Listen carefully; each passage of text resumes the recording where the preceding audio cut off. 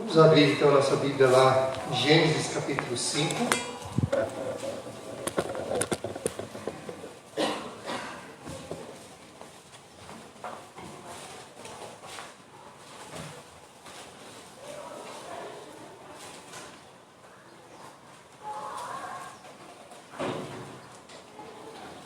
Como nós fizemos com o livro do Apocalipse, agora falamos sobre o fim, agora estamos falando sobre o começo de todas as coisas.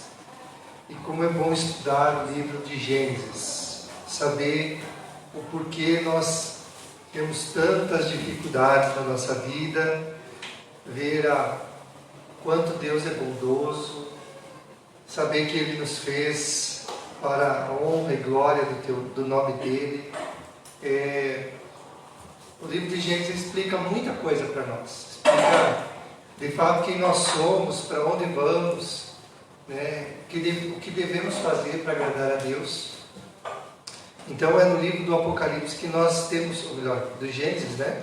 Que nós temos essa ideia de que não era para ser do jeito que é hoje. Não era para ter tanta dificuldade como nós temos. Era para ser muito diferente. Mas foi uma escolha do homem e Deus, pela sua misericórdia, ainda vem atrás e chama aqueles que se perderam para o arrependimento, para uma vida nova, né? Então, capítulo 5, nós vamos ler 32 versos. Então, acompanhe comigo a leitura desse capítulo 5. Este é o livro da genealogia de Adão. No dia em que Deus criou o homem, à semelhança de Deus o fez, homem e mulher os criou. E os abençoou e lhes chamou pelo nome de Adão, no dia em que foram criados. Viveu Adão 130 anos. Gerou um filho à sua semelhança, conforme a sua imagem, e lhe chamou Sete. Depois que gerou Sete, viveu Adão 800 anos, e teve filhos e filhas. Os dias todos da vida de Adão foram 930 anos e morreu. Sete viveu 105 anos, e gerou a Enos. Depois que gerou a Enos, viveu Sete 807 anos, e teve filhos e filhas. Todos os dias de Sete foram 912 anos e morreu. Enos viveu 90 anos e gerou a Cainã. Depois que gerou a Cainã, viveu Enos 815 anos e teve filhos e filhas. Todos os dias de Enos foram 905 anos e morreu. Cainã viveu 70 anos e gerou Maalalel. Depois que gerou a Maalalel, viveu Cainã 840 anos e teve filhos e filhas. Todos os dias de Cainã foram 910 anos e morreu. Maalalel viveu 75 anos e gerou a Jarete. Depois que gerou a Jarete, viveu Maalalel 830 anos e teve filhos e filhas. E todos os dias de Maalalel foram 895 anos e morreu. Jarete viveu 162 anos e gerou a Enoque. Depois que gerou a Enoque, viveu Jarete 800 anos e teve filhos e filhas. Todos os dias de Jarete foram 962 anos e morreu. Enoque viveu 65 anos e gerou a Metusalém. Andou Enoque com Deus, e depois que gerou a Metusalém, viveu 300 anos e teve filhos e filhas. Todos os dias de Enoque foram 365 anos. Andou Enoque com Deus e já não era, porque Deus o tomou para si. Metusalém viveu 187 anos e gerou a Lameque. Depois que gerou a Lameque, viveu Metusalém 782 anos e teve filhos e filhas. Todos os dias de Metusalém foram 969 anos e morreu. Lameque viveu 182 anos, gerou um filho. Pôs-lhe o nome de Noé, dizendo: Este nos consolará dos nossos trabalhos e das nossas fadigas de nossas mãos, nesta terra que o Senhor amaldiçoou. Depois que gerou a Noé, viveu Lameque 595 anos e teve filhos e filhas. Todos os dias de Lameque foram 777 anos e morreu. Era Noé da idade de 500 anos e gerou a Sem, Cã e Jafé. Muito bem. Não na semana passada, mas no outro estudo que nós tivemos aqui com Gênesis, nós falamos, ou melhor, foi o Alex que falou, sobre a descendência má, a descendência de Caim. E nós vemos isso claramente, e é uma coisa muito interessante que quando nós olhamos para o livro de Gênesis, nós vemos isso. Nós vemos essas duas descendências, né? Essas duas descendências que elas concorrem, elas têm um objetivo também, né? Gênesis capítulo 3, verso 15, diz que o filho da mulher vai pisar a cabeça da descendência da serpente. Então há duas descendências, há duas nações, pessoas divididas entre aqueles que são filhos de Deus e aqueles que cada vez se afastam mais de Deus, né? E até que chegue o momento que o filho da mulher, que hoje nós vamos ver a descendência, né? Aqui nós vamos falar da descendência de Jesus. Todas essas 10 gerações que nós lemos aqui têm a ver com Jesus, tem a ver com a genealogia da qual Jesus vai vir. Mas Moisés, ele está, lembre que a história toda se passa nas campinas do Jordão, antes da travessia para entrar na terra prometida. O povo de Deus havia já estado no Egito 400 anos. E depois do Egito eles ficaram 40 anos no deserto. E agora eles estão entrando na terra prometida. Quem é o Deus que está guiando esse povo? Quem é o Deus que dará leis para eles, muito claras, né? Quem é esse Deus que está dizendo, eu sou Deus dos teus antepassados, me sirvam. Eu sou o Deus de Abraão, de Isaac, de Jacó, dos patriarcas. Eu sou o Deus dos pais de vocês, e eu quero que vocês entendam quem eu sou, para que entrando na terra prometida, vocês não se desviem do caminho, e não façam dessa descendência santa uma descendência perdida. Porque havia muitos povos já. Canaã já era habitada por dezenas de povos, todos os eus, né? Os heteus, os jabuseus, os ferrezeus e um monte de povos que eram essa descendência má ou maligna, da qual tinham muitos deuses, da qual reverenciavam não o Deus verdadeiro, não buscavam. Então, esses semitas, né? E aqui você vai ver por que os israelitas também são chamados de semitas, porque eles vêm da descendência de Sem, filho de Noé, filho de Lameque, e assim por diante até chegar filho de Deus, filho de Adão, filho de Deus, né? Então nós vamos falar um pouquinho sobre essas descendências. A descendência má já foi falada. Agora nós vamos falar sobre a descendência da mulher. Quem é essas 10 descendências aqui, ou essas 10 gerações? E quais são as particularidades, né? Alguém pode perguntar assim, nossa, mas não é fácil ver a Bíblia, né? Mas quando cai na genealogia ainda é pior, né?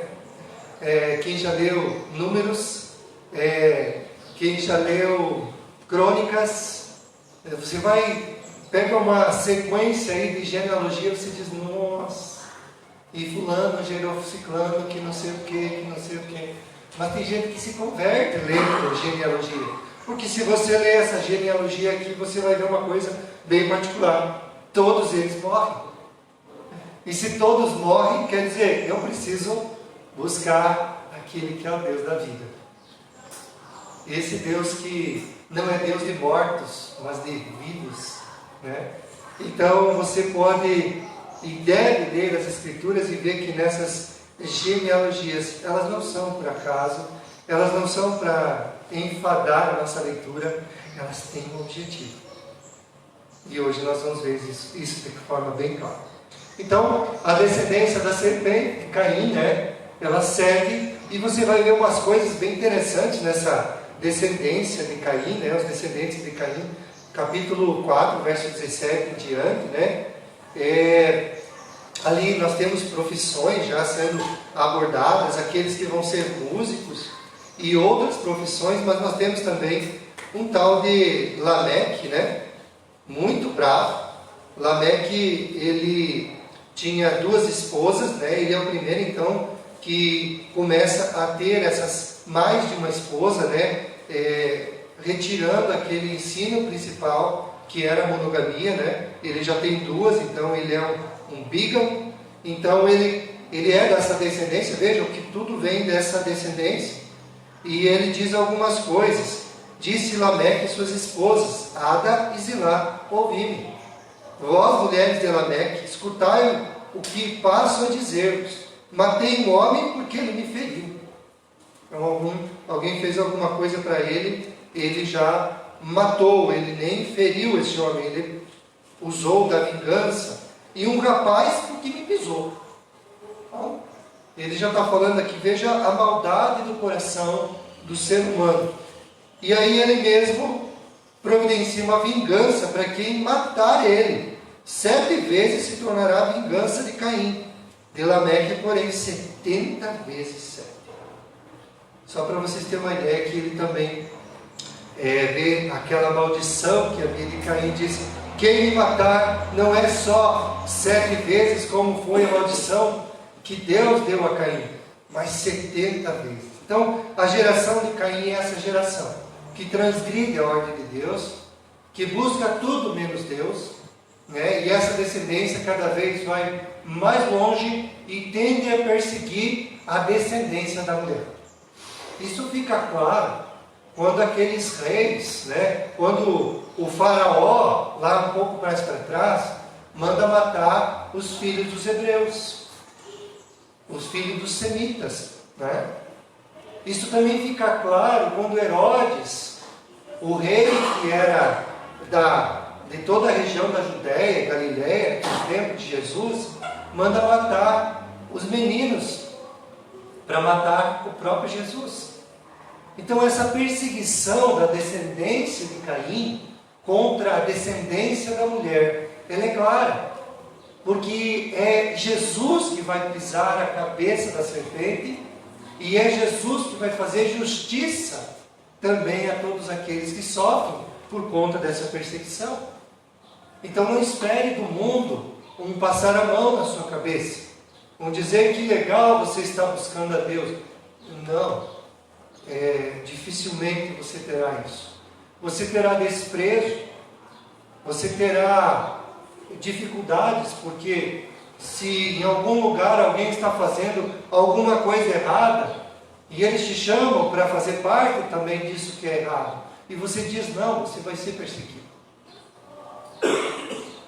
Vão ser perseguidos por falar a verdade, vão ser perseguidos por buscar a Deus. É só ver nos nossos dias. Você pode falar de qualquer filosofia, numa escola, de qualquer coisa, mas você não pode falar de cristianismo. Você pode falar de todas as religiões, mas se falar de Jesus, está complicado. Então essa é uma perseguição que existe hoje, e ela ficará mais evidente nos últimos dias. Mas daí nós temos então que esse avanço da civilização, com as profissões, com aqueles que tocam, aqui nós vemos o Jabal, que foi o pai daqueles que habitam em tendas e cuidam de gado. O nome do seu irmão foi Jubal, aquele que foi pai de todos os que tocam harpa e flauta. Zilá, por sua vez, deu à luz a Tubal-Caim, artífice de todo instrumento cortante, espada, faca, né? Só coisa assim para aquela luta assim, tranquila, né? Então, irmão de Tubal-Caim foi Naamã, e assim por diante. Nós temos um avanço da civilização com suas profissões, mas também um avanço do pecado. Aonde a civilização avança, ela não melhora. Vocês já notaram isso? Os pecados afloram ainda mais. Por mais que o homem se torne culto, inteligente, estudado, os pecados não vão embora, eles são mais elaborados. É isso que nós vemos de forma clara nos nossos dias. O pecado não sobe com a evolução. O homem vai melhorar, né? Ele só piora. E quanto mais inteligência ele tem, se ele não vai para essa sabedoria de Deus, ele se torna inteligente para o mal. Ele se torna astuto, né? Para o mal, não para o bem. Capítulo 5, então, retrocede para falar da descendência santa. Isso já aconteceu, se você ver no começo aqui do capítulo 5. Esse é o livro da genealogia de Adão, no dia em que Deus criou o homem. Veja, ele está repetindo aquilo que já aconteceu no capítulo 1 e no capítulo 2.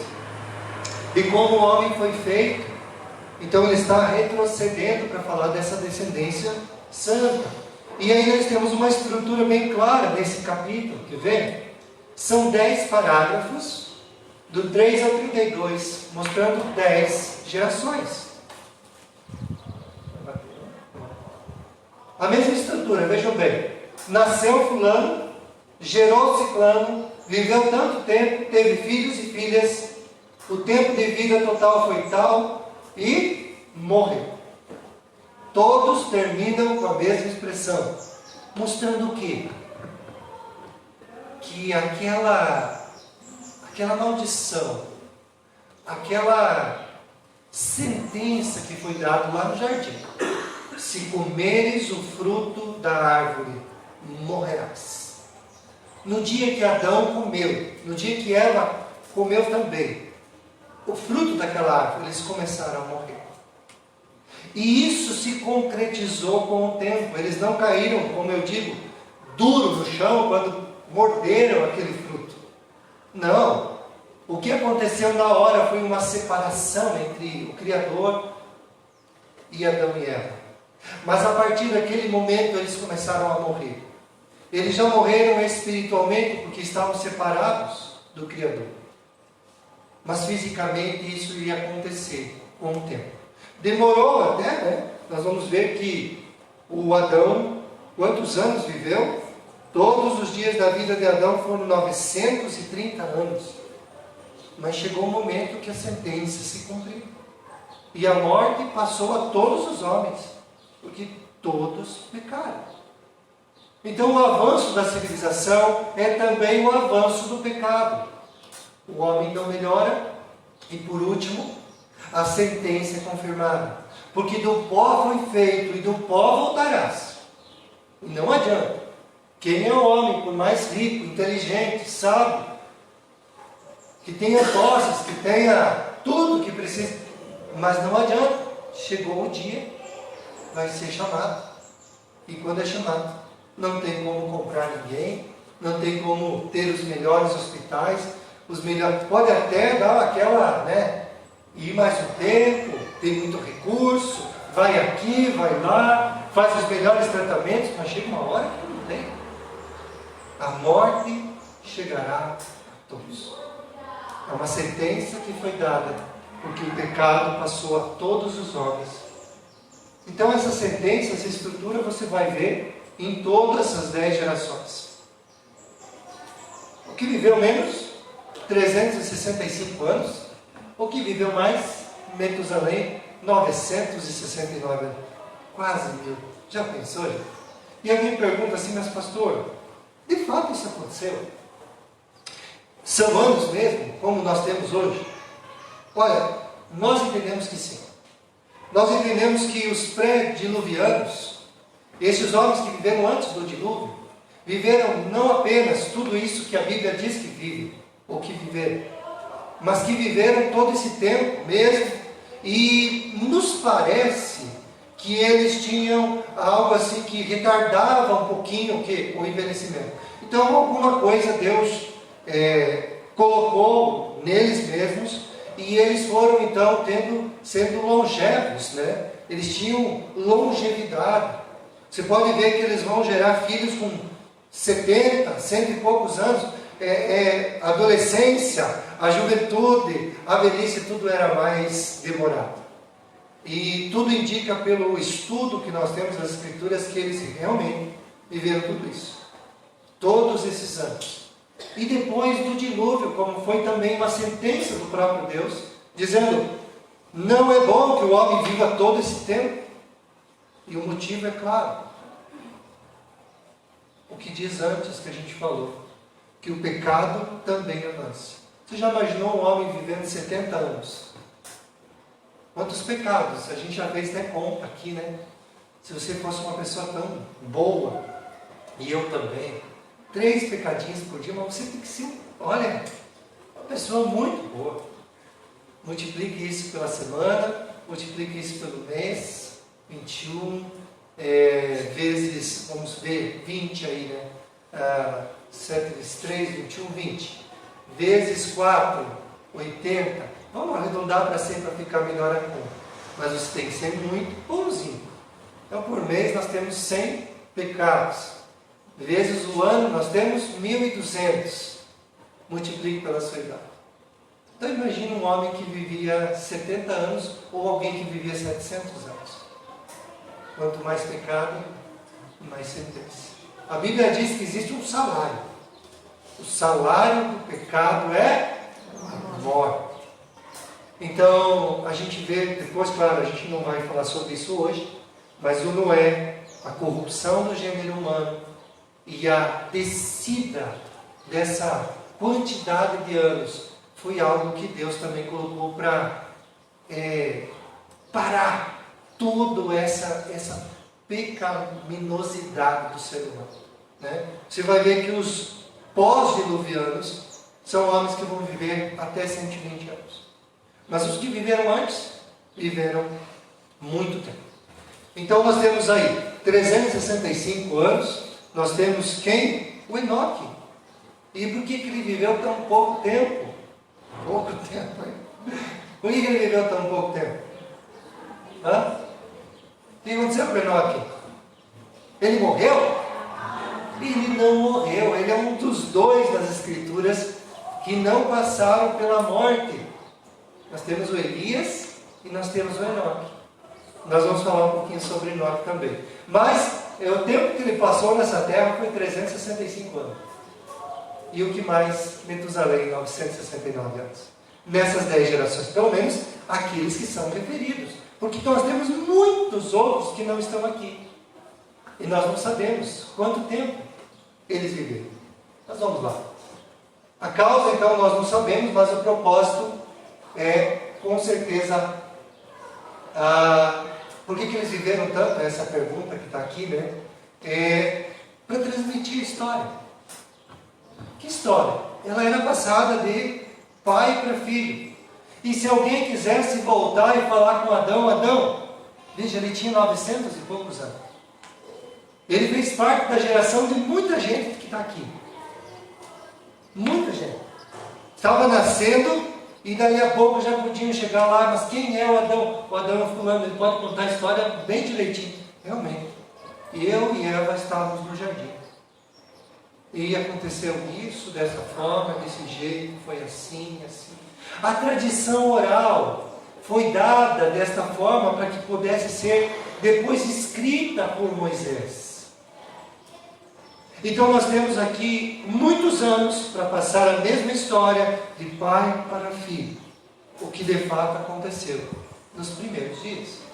Então, o que nós mais entendemos pela longevidade de toda essa gente foi para transmitir a história também para frente. Muitos filhos e muitas filhas. Veja o que diz o texto. Este é o livro da genealogia de Adão, no dia em que Deus criou o homem, semelhança de Deus o fez. Homem e mulher. Os abençoou. Né? O texto antes diz que sejam fecundos, multiplicai-os, enchei a terra. Eles tiveram muitos filhos. Nós não temos aqui os nomes de todos, nós temos o nome daqueles que se tornaram a linhagem santa. É bem provável que eles tiveram filhos talvez antes ou depois, mas tiveram muitos filhos. Mas aqueles daqui foi escolhido a genealogia santa estão aqui. As gerações estão aqui. Daqueles da qual Jesus viria, o filho da mulher que pisaria a cabeça da serpente. Muitos anos de vida. Então imagine, muitos anos, muitos filhos. O objetivo também é encher a terra. Logo havia muita gente. E essas muitas gentes, né, deveriam fazer uma coisa e não fizeram. E logo, sempre a revolta contra Deus vinha ao coração de todos eles. Como eu já falei, talvez não o nome aqui do primogênito, mas daqueles que eram então piedosos. Mas o que a gente pode esperar então neste capítulo? Vamos lá. Primeiro, a definição do que ele vai escrever. Veja bem, este é o livro da genealogia de Adão. Aqui provavelmente nós temos já um livro escrito.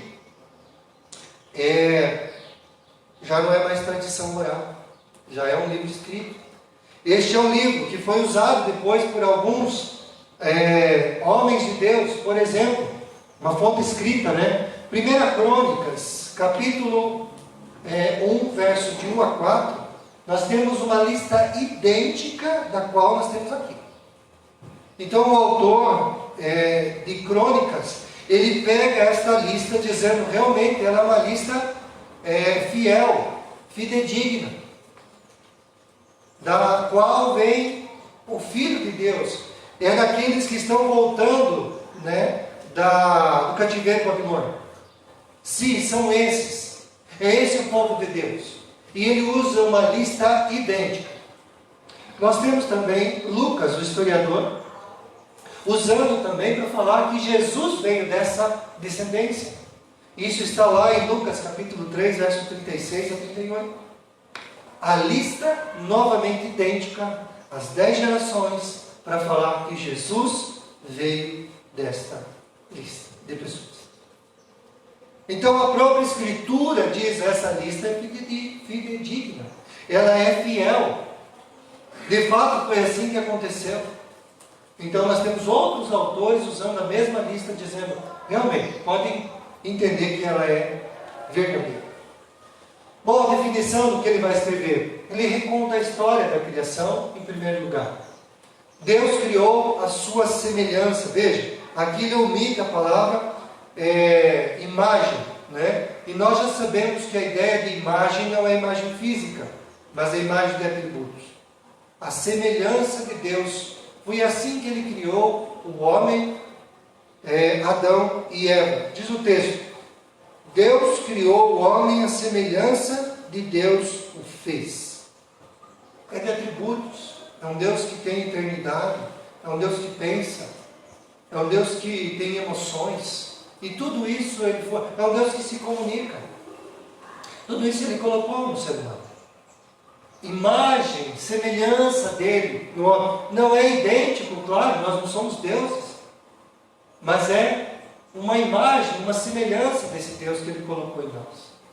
Então nós temos de fato uma recontagem da história da criação aqui. Deus criou o homem e mulher. Uma outra coisa que nós vemos nas Escrituras é isso de forma clara. Deus não criou mais um sexo, não. Ele criou macho, aqui originalmente é macho e fêmea. Então, segundo as Escrituras, a nossa personalidade está ligada ao nosso sexo, né? O nosso gênero está ligado ao nosso. Eu sou homem, portanto eu sou homem. É dessa forma que a Bíblia liga essas coisas. Ela não traz um outro tipo, uma outra forma. É como se isso fosse genético. A Bíblia trata como a genética conforme a sua personalidade, conforme o seu gênero. É por isso que hoje nós temos muita dificuldade, aliás, toda dificuldade, com essa história de ideologia de gênero. Nós somos mais para ideologia de Gênesis, né? A ideologia de Gênesis diz que Deus criou macho e fêmea, e nada mais do que isso. Não existem 30, 40 tipos de gêneros, não. A Bíblia ela fala de 2. E tudo que vem depois disso confunde, tem dificuldades. Nós somos totalmente contrários à identidade de gênero. Né? A ideologia, desculpa, de gênero. Nós entendemos que a Bíblia é clara em dizer. E hoje estão confundindo as nossas crianças, dizendo, viu, você biologicamente é menino, mas se você quiser ser menina, tudo bem. Você que tem que tomar partido, dizer o que você quer.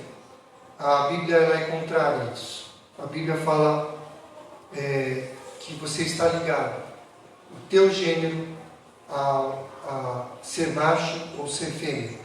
Desta forma, tudo que vem depois confunde, e é por isso que nossa sociedade vai colher os frutos dessa ideologia de gênero.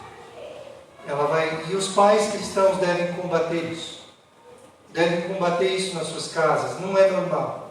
Não é normal os seus filhos virem da escola. E isso tem algo muito com professores nas escolas. Eles querem a linguagem neutra, eles querem não sei o quê, para confundir os nossos filhos. Você deve se contrário a isso. Por quê? Porque o pastor está dizendo não, porque as Escrituras dizem isso. Porque Deus é simples naquilo que Ele fala. Então, se você ouvir isso, procure saber de onde que está vindo. Porque hoje existem pessoas que querem confundir a família, querem destruir a família. Já disseram isso. Sim, queremos destruir a família. Para isso, eles têm que confundir nossas crianças. Eles têm que destruir o casamento. Eles precisam destruir a família para que todo o sistema patriarcal, né, o sistema ocidental de família seja destruído. O sistema judaico-cristão. Porque senão, como é que a gente vai ter todo tipo de pecado com toda a gente, o sexo desenfreado? Precisamos destruir a família. Tudo tem um objetivo, gente, e nós precisamos ficar atentos. O povo cristão precisa. E aqui claramente a história novamente está sendo dita, dizendo assim, o que Deus criou, homem e mulher, macho e fêmea. Nós não temos na genética, nós temos XX e XY, nós não temos mais nenhum. Então tudo o que vem hoje é de personalidade, a pessoa escolhe, é uma escolha pessoal. Mas eu já nasci assim. Não, geneticamente não tem como nascer. Não tem quem prove isso, então o que eu estou falando é genético. Não tem como. Mas isso, claro, tem a ver com tudo o que está acontecendo. Né? Então, filhos, pais, cuidem muito do que os filhos pensam e falam a respeito disso, porque é uma questão que nós precisamos perceber. O que mais? São distintos. Veja, homem e mulher são diferentes. Mas ao mesmo tempo eles são iguais, porque foram criados pelo próprio Deus. Distintos, mas iguais. São filhos e filhas de Deus. O que mais nós temos aqui? Diz o texto que Deus os abençoou. Criou eles e os abençoou. Ele chamou pelo nome de Adão. E aqui a expressão é humano. Gênero humano. Nesse sentido, gente, nós somos não apenas, veja, homem e mulher são distintos um do outro, são diferentes, né? Biologicamente são diferentes intelectualmente, têm personalidades diferentes, mas eles são iguais no sentido que eles foram criados à imagem e semelhança de Deus, filhos de Deus. Mas aí nós também vemos uma outra coisa: Deus os abençoou. Há uma bênção de Deus sobre estes homens. E como foram abençoados? Vocês vão se multiplicar, vão se tornar um casal, vão ter muitos filhos, vão viver bem. Então a bênção de Deus estava sobre estes homens, ou melhor, sobre este homem e sobre esta mulher. E eles foram chamados de humanos. Distintos do que? De toda a criação. A gente viu isso também claramente. Há uma distinção em tudo que Deus faz. Os animais são distintos do ser humano. Nós somos chamados de animais racionais, mas no sentido aqui da palavra, seria humanos, diferentes de tudo que Deus criou. Deus fez com... Ele se envolveu na criação, né? Não apenas falando, mas se envolvendo, pegando do pó e do barro e fazendo, moldando. A Eva fazendo de uma parte do homem, tudo de forma diferente. Então eles são distintos de toda a criação de Deus. O que mais que nós vemos aqui? Vimos? Então nós vamos para a geração de Sete. Por que começa de Sete, né? Não deveria começar de Abel, mas Abel foi morto. Vocês sabem da história, a gente já falou sobre isso. Como Caim matou Abel. Caim se torna a descendência, né, da serpente, daqueles que ofendem a Deus, daqueles que vão contra Deus. Então, nós temos a geração de Sete, que é o terceiro. 130 anos, gerou um filho à imagem e semelhança de Deus. Então, aqui foi transmitido. Vejam, não apenas a imagem de Deus, que também teve dificuldades, porque o pecado abalou muito sobre a nossa imagem. Imagine que a imagem de Deus, um espelho perfeito. Era assim o homem e sua esposa. Quando eles viam o homem, é como se eles estivessem vendo partes de Deus. Mas quando o pecado entrou nesse mundo, imagine que alguém atirou uma pedra nesse espelho. E quebrou ele em várias partes, mas ele ainda ficou grudado lá. E agora você está vendo distorcidamente aquela pessoa. O pecado fez isso comigo e com você.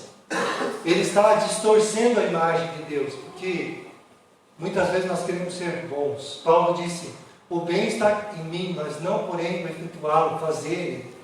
Eu quero fazer o bem, mas quando eu vou tentar fazer o bem, eu faço o mal. É um espelho distorcido, é um espelho quebrado, é um espelho que foi dado uma pedrada nele e ele ficou todo retorcido, todo difícil de entender o que tem lá.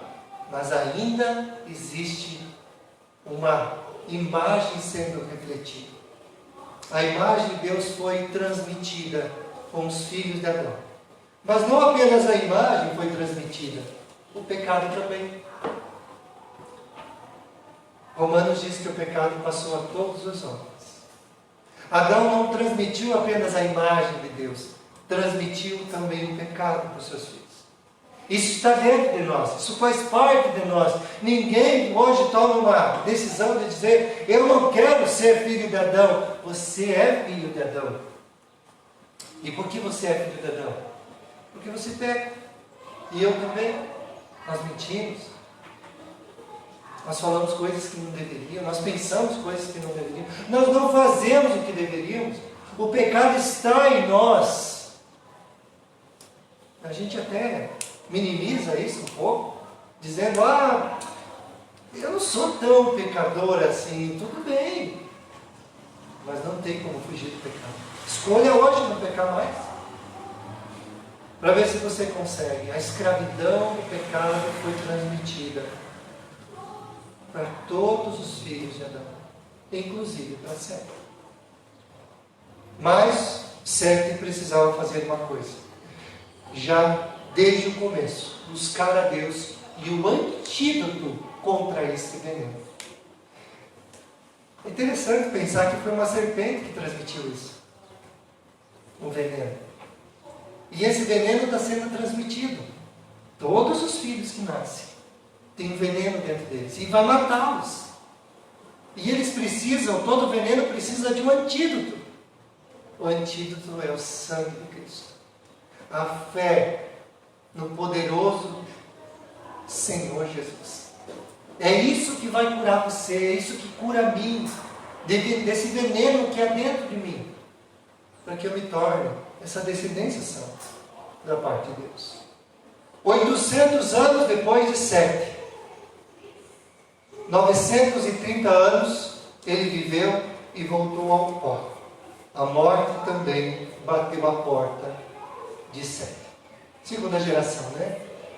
Nós temos a terceira geração, 105 anos.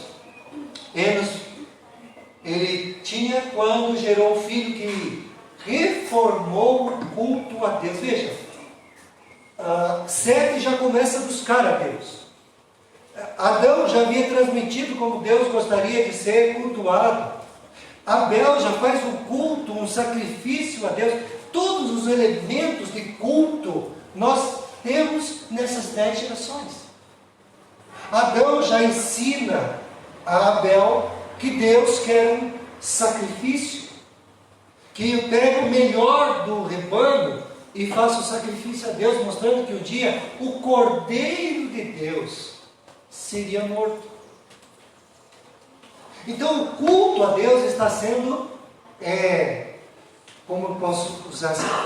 Ele está sendo, não refeito, mas está sendo aprimorado. Há um sacrifício, há a lembrança daquele que morreu, há uma reforma do culto.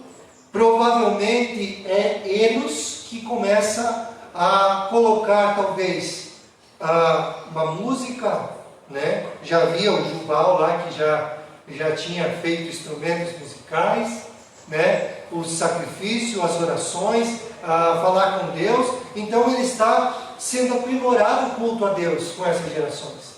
E nós temos o Enos fazendo isso. A terceira geração daqueles que buscam a Deus. Talvez foi então aquele que institucionalizou o culto, o sacrifício, orações. Seu pai ainda viveu 807 anos e morreu. Nós temos a quarta geração, Cainã, morreu com 910 anos. Nós temos a quinta geração, Maalalel, que morreu com 895 anos. Nós temos a sexta geração, que é de Jared, e ele morre com 800 anos. Nós temos a sétima geração de Enoque, e aí eu quero dar uma paradinha aqui porque ele é bem importante. E não é à toa, quando você vê algo diferente em alguns, veja, Deus foi usando esses homens, mas alguns Deus usou de forma melhor e maior. Enoque foi algo singular nessas gerações. Porque Enoque, o nome dele quer dizer dedicado. É aquele que é dedicado. Dedicado a quem? A Deus. O que acontecia com Enoque? Né? Sétima geração, andou com Deus. Você vai ver essa expressão 2 vezes aqui.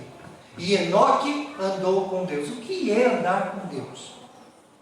Primeiramente, andar com Deus nas Escrituras é o que a gente chama de hebraísmo. O hebraísmo é não apenas andar do Deus. Lembra do jardim, como é que acontecia a vida de Deus com Adão e Eva? Vocês lembram disso? Alguém lembra? Não? Oi? A ideia era que fisicamente vinha, e nós entendemos, eu particularmente entendo que todas as vezes que a aparição de Deus nas Escrituras tem a ver com o porta-voz. Quem é o porta-voz? O próprio Jesus, a segunda pessoa da Trindade. Então eu entendo que é o próprio Jesus que aparecia, a segunda, não Jesus, porque ele viria de nascer depois, mas a segunda pessoa da Trindade. E ele então vinha e eles provavelmente andavam pelo jardim na viração do dia. À noitinha, todo dia. E eles estavam lá esperando Adão e Eva, ansiosos pela presença de Deus. Era uma coisa assim formidável. Alguém diz assim, mas pastor, Deus não traria assim temor? É que eles não tinham pecado. O que nos traz temor hoje em estar perto de Deus é o nosso pecado. Quando Moisés, ele está no monte e vai buscar as tábuas da lei, aquele monte fumegava, aquele monte tremia, uma montanha inteira parecia que estava pronta para explodir. E o povo inteiro disse assim, Moisés, fala tu com Deus, porque nós temos medo. A presença de Deus traz isso, como homens pecadores. Mas Adão e Eva não tinham pecado. E eles vinham e essa segunda pessoa da Trindade vinha, entendo que era o próprio Deus, e eles andavam pelo jardim, e havia conversa no jardim, havia comunhão entre eles, provavelmente havia perguntas e respostas, né? Deus dotou o ser humano, né, de querer saber das coisas. Não tem uma fase das crianças que é o porquê? Mas por quê? Mas por quê? Mas eu acho que no Adão e Eva eram umas crianças eternas. Assim. Mas por que Deus o Senhor criou desta forma? Mas por que Deus? Então, foi dado todos os porquês. Né? Então Adão pôde. Imagine que essas gerações que passaram, a maioria delas pôde falar pela idade que Noé, que Adão viveu. Eles iam lá e perguntavam, né? Adão, você viu Deus, você conversou com Deus. Como é que era? Gente, vocês não fazem ideia como isso era. Eu imagino assim o arrependimento deles, de ter saído expulsos do jardim. A gente pecou. Era tão bom falar com o Criador. Era tão bom andar com Ele. Mas chegou um momento que da geração da mulher, o Enoque, ele toma isso tão a sério de andar com Deus, que talvez andava mesmo com Deus, mas ao mesmo tempo a ideia seria de que ele levaria toda essa piedade, essa forma de alguém que realmente está colado a Deus, sabe? Os pensamentos, as ideias, o vocabulário, tudo. É isso que se chama andar com Deus, é um hebraísmo, uma forma de viver. Eu gosto muito, já contei aqui, né, de um coreano que foi contar a história, né, de Enoque, eu não lembro se foi para os filhos ou se foi para a igreja. Ele diz assim que Enoque andava com Deus todos os dias. E ele saía pela manhã e dizia: Deus, vamos comigo? Vamos. E caminhava o dia inteiro. Terminava o dia, Enoque dizia: Deus, eu preciso voltar para casa. E aí Deus dizia para ele: tudo bem, Enoque, boa noite. Boa noite. Aí no outro dia diz que saiu andando de novo. Deus, vamos andar mais um pouco? E andava com Deus. E todo aquele dia chegava a noite e ele dizia: Enoque, preciso voltar para casa, Deus. Boa noite. Boa noite. Até que chegou um dia, 365, da idade do Enoque. E naquele dia, ele saiu andando com Deus, chegou ao finalzinho da noite, Enoque disse: Deus, eu preciso voltar para casa. E aí Deus disse para ele assim: não volte para casa, fique comigo. E naquele dia em diante, Enoque ficou com Deus. Não sabemos como foi esse negócio. A Bíblia diz que carne e sangue não herdarão o reino dos céus. De alguma forma ele foi transformado na ida para o céu, mas sem passar pela morte. 2 casos só das Escrituras: Enoque e Elias. Enoque faz parte desse seleto grupo de pessoas que decidem andar com Deus e tem prazer nisso. Não é porque querem alguma coisa de Deus, não, é um prazer em andar nos caminhos do Senhor e fazer a vontade de Deus nas suas vidas. Enoque faz parte desse seleto grupo. Ele se relacionava com Deus de forma íntima. Não foi mais visto, sumiu. Foi levado por Deus e a ideia foi arrebatado. E essa ideia de arrebatado um dia vai acontecer. O arrebatamento. Aqueles que estiverem aqui quando Jesus vier, serão arrebatados. Serão levados. Como foi no caso de Enoque. Ninguém mais viu ele. Sumiu. Desapareceu. Foi isso que aconteceu. Essa é a dica do jardim. A dica da volta de Jesus. Né? Está aí. Um dia o homem fez parte do jardim, um dia vai ser arrebatado. Bom, não sei se tem tempo água para isso, deixa eu ver. Não, vamos. Hebreus 11:5 fala também de Enoque, que ele era um homem que por andar com Deus dava testemunho. O testemunho da nossa vida tem a ver com isso, andar com Deus. Só vai dar testemunho de vida santa, piedosa, de que conhece a Deus, andando com Ele. Porque o que você tem vai ser falado. A Bíblia diz que a boca fala o que o coração está cheio. Se o teu coração estiver cheio de Jesus, de Deus, é isso que vai sair pela tua boca. Se estiver cheio, tá pela metade, vai sair um pouco de Jesus, um pouco de porcaria.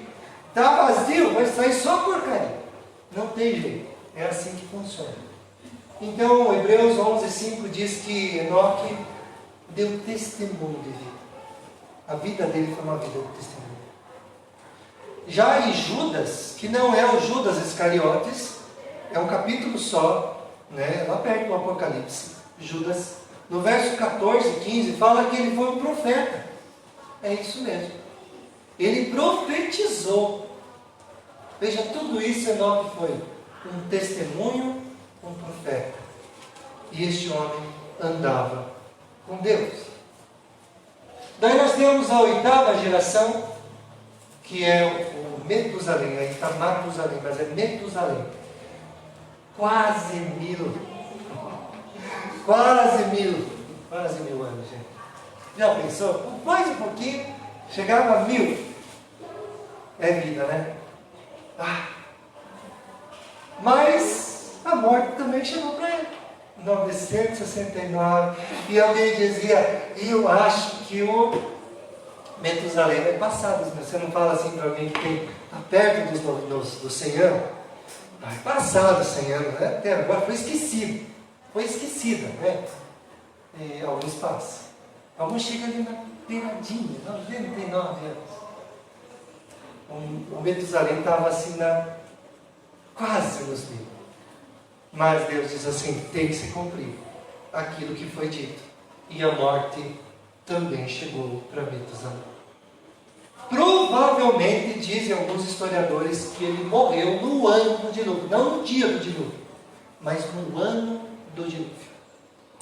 Pelas contas que a gente faz, dá mais ou menos certo neste ano. Pense quanto tempo ele viveu. É alguém que tem uma caminhada assim enorme, e ele vendo também a corrupção do gênero humano, sabendo que Deus ia fazer algo, mas Deus o levou antes disso. Você não vai morrer afogado. Eu o levarei antes disso acontecer. E aí nós temos a 9ª geração de Lameque, que morreu com 777. E por fim nós temos a geração de Noé. A última das 10 gerações, e Noé quer dizer descanso. Vocês vão ver, eu quero muito que vocês possam ler o capítulo 6, porque nós vamos falar sobre o dilúvio, que é uma coisa muito interessante. O Noé quer dizer descanso. Veja, filho após filho que nascia, a ideia dessas mães é este que vai trazer descanso para nós. É este que vai pisar na cabeça da serpente, vai nos vingar contra o engano do pecado. Aconteceu isso com Eva quando teve o primeiro filho, o Caim. Ela disse, esse vai ser, e não foi. E assim, de forma sucessiva, as mães iam tendo filhos, gerações vinham, e ainda não havia chegado a hora. Até que um dia, Maria escutou de Deus que dentro dela seria gerado um ente santo. E ele sim vingaria, pisaria a cabeça da serpente. Quantas gerações se passaram? Mas aquelas mulheres tinham essa ideia. O meu filho vai fazer isso. O meu filho vai fazer isso. A descendência dele.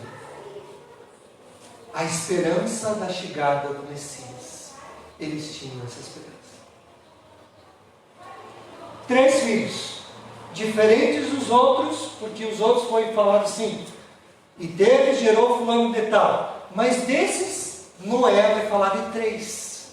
Só que dos 3, um é que leva a geração piedosa, que vai ser o Sem. É Sem, Cã e Jafé. Né? Nós temos as 3 gerações, mas o Sem é o que vai levar a genealogia até chegar a Jesus.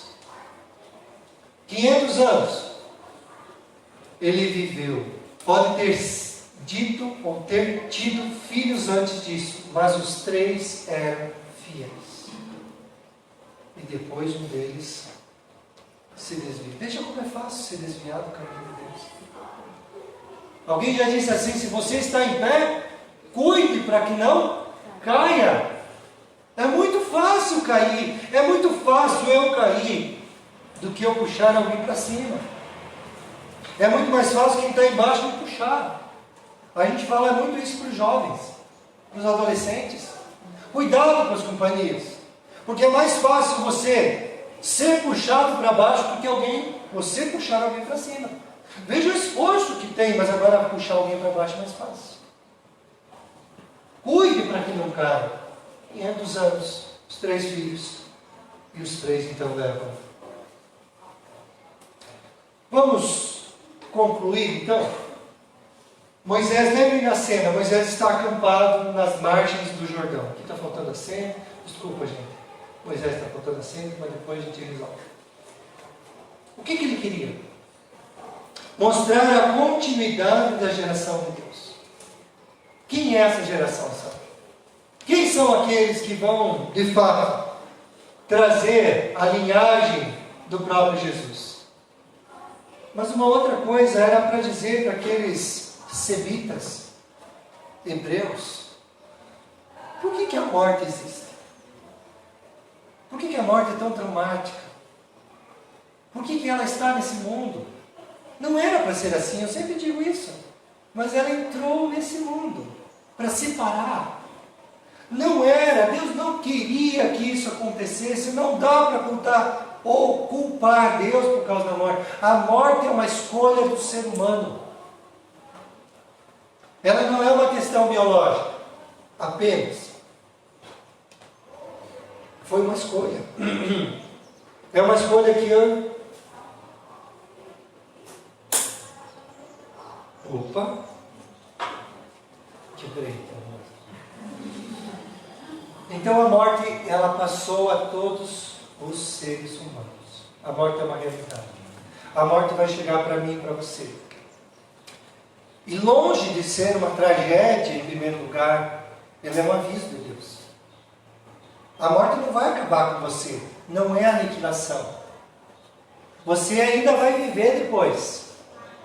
Agora a pergunta é aonde? Você vai mudar de lugar, deste mundo para 2 destinos: céu, descendência daqueles que buscam a Deus, ou inferno, a descendência de todos aqueles outros que não buscam a Deus, que acham que o mundo não. Desculpa. A gente vai vivendo céu e inferno aqui nesse mundo, fiquem tranquilos. Não há sofrimento depois. O sofrimento que tem que passar, passa aqui. Mentira. Às vezes algumas pessoas sofrem muito antes de morrer, às vezes anos numa cama, mas se elas partirem sem Cristo, vão sofrer ainda mais na eternidade. Eu escuto constantemente as pessoas dizendo assim: nossa, fulano partiu, né? Mas sofreu tanto, deve estar agora no céu. O sofrimento não é base para morar no céu. Sofrer aqui nessa terra não dá condições de não sofrer no pós. O que dá condição de você viver eternamente é Cristo em seu coração. É a vida de Jesus dentro de você. É a fé salvadora implantada por Deus dentro do teu coração. Não é se você vai sofrer mais ou sofrer menos, se vai ser menos rico ou mais pobre, se vai ser menos inteligente, mais inteligente, você vai fazer um monte de faculdade, você não vai fazer nenhuma. Terminar talvez o primeiro grau. Não é isso. Não é a cor da sua pele. Não é a sua altura. Não são os seus sofrimentos. O que dá garantia de você morar com Deus no céu, porque a morte é a realidade para todos nós, é a fé em Jesus no seu coração. É Enoque. A fé, ela não é apenas dizer assim: ah, eu aceitei Jesus, agora eu vou para o céu. A fé é o que fez de Enoque andar com Deus. Não, você não andará com Deus lá no céu se você não andar com Ele aqui. Se você não viver com Jesus aqui, tu não vai viver com Ele lá. É claro. É mais claro que o céu, o sol do céu, meio-dia, sem nuvens. Você precisa tomar uma decisão, doutor. Não adianta. Pode morrer com 969. Com 700, com 600, com 60, com 40, com 2. Recém-nascido. Seja qual for o ano. Sem Cristo. Sem andar com Deus. Não tem salvação. Precisa fazer parte da descendência santa. Os filhos de Adão morrem. Têm a imagem de Deus, mas também têm pecado. Uma esperança eram os israelitas, os descendentes de Sem. É deles que viria Jesus. E o que Jesus fez? Pagou o preço. Ah, pastor, mas agora eu não morro mais. Sim, você morre, porque ainda a morte é uma passagem. Só que você já não está mais morto espiritualmente, que é o pior de todas as mortes. E a morte espiritual é a separação de você e Deus. Jesus veio para fazer a junção, ligar você com Deus. É isso que Ele veio fazer. E você precisa crer em Jesus. Moisés está dizendo para aquele povo porque eles eram importantes. E o que eles tinham que fazer quando entrassem em Canaã? Andar com Deus como Enoque andou. E não ser como a descendência de Caim, que já estava povoando toda aquela região. Andem nos caminhos de Deus, façam como Enoque fez. Linhagem de Caim, veja bem, violência, imoralidade, assassinato, deboche, ironia, revolta contra Deus. É tudo isso. A linhagem de Sete preservou o culto a Deus, foi piedosa, foi arrebatada ao céu, serviu a Deus. Longevidade está em andar com Deus. Idade faltando da descendência de Caim. Veja, por que a descendência de Caim não é dito quanto tempo viveu? Mas a descendência das mulheres, sim. O quinto mandamento: honra teu pai e tua mãe. Para quê? Para que se prolonguem os seus dias sobre a terra. Veja, honrar a Deus, honrar pai e mãe, buscar a Deus, andar com Deus, tem a ver com longevidade. Quer viver mais? Você quer viver mais? Ande com Deus. Ande com Deus. Ah, mas tem gente que andou com Deus e viveu menos como Enoque. Mas a qualidade de vida desse Enoque foi extraordinária e teria 10 vezes mais que o Metusalém. Quer viver mais e viver melhor? Ande com Deus. Ande com Jesus. É só assim que você vai ter vida plena e abundante. E tudo isso no capítulo 5 estava a preparar para o desastre do capítulo 6. Que isso nós vamos falar na semana. Então, o dilúvio é por causa de todas essas descendências que não buscaram a Deus. Ironia, revolta, tudo isso combina com o quê? Expulsão, tragédia, morte. Mas quando eu falo em preservar o culto a Deus, viver de forma piedosa, servir a Deus, eu falo de longevidade, eu falo de vida plena e abundante. E esse só Cristo. Ok? Alguma pergunta, gente? Não? Vamos ficar em pé, vamos encerrar então?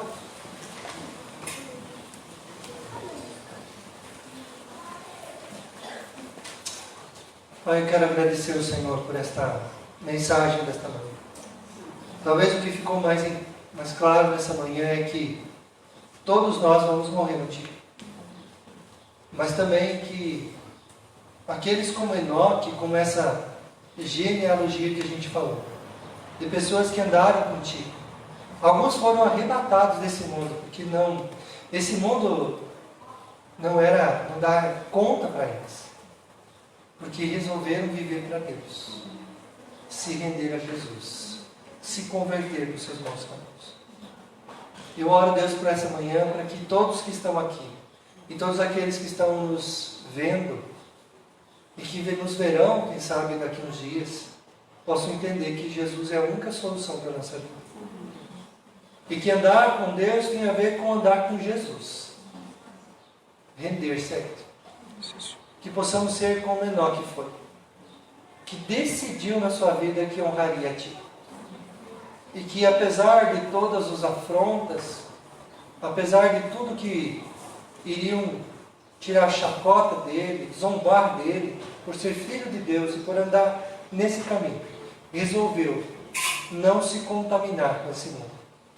Resolveu andar com aquele que podia encher seu coração de paz e de alegria. Que sejamos como Enoque, vivendo num tempo mau.